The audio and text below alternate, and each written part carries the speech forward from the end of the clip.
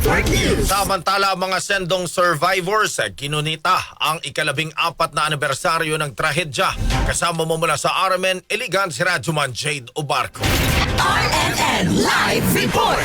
Nagdaos ng misa para sa mga biktima ng bagyong Sendong sa Memorial Site Bayog Island, Hinaplanon bilang pag-alala sa trahedya na naganap 14 na taon ang nakalipas na ikinamatay sa maraming tao. Dumalo sa seremonya ang mga pamilya ng mga biktima at mga opisyal ng lokal na pamahalaan ng Iligan. Sa okasyon, ibinahagi rin ng mga nakaligtas sa Sendong ang kanilang hindi malilimutang karanasan. Isa na rito si Mariel Taladua na napadpad sa dagat ng Matika, Misamis Oriental at nagpalutang-lutang sa tubig ng 1.5 araw. Ayon sa kanya, nanatili pa rin ang trauma mula sa pangyayaring iyon. Binigyang diin din ni Mayor Frederick Siao ang patuloy na pagsusumikap ng kanyang administrasyon na maibigay ang pabahay sa mga biktima sa pamamagitan ng Core Shelter Assistance Program o CSAP ng DSWD. Naglaan ng LGU ng pondo upang matapos ang proyekto na mas kinakailangan ngayon dahil sa tumataas na presyo ng mga materyalis kumpara noon. Kamakailan, 25 pamilya na nakaligtas sa bagyong Sendong ang nakatanggap ng libreng pabahay sa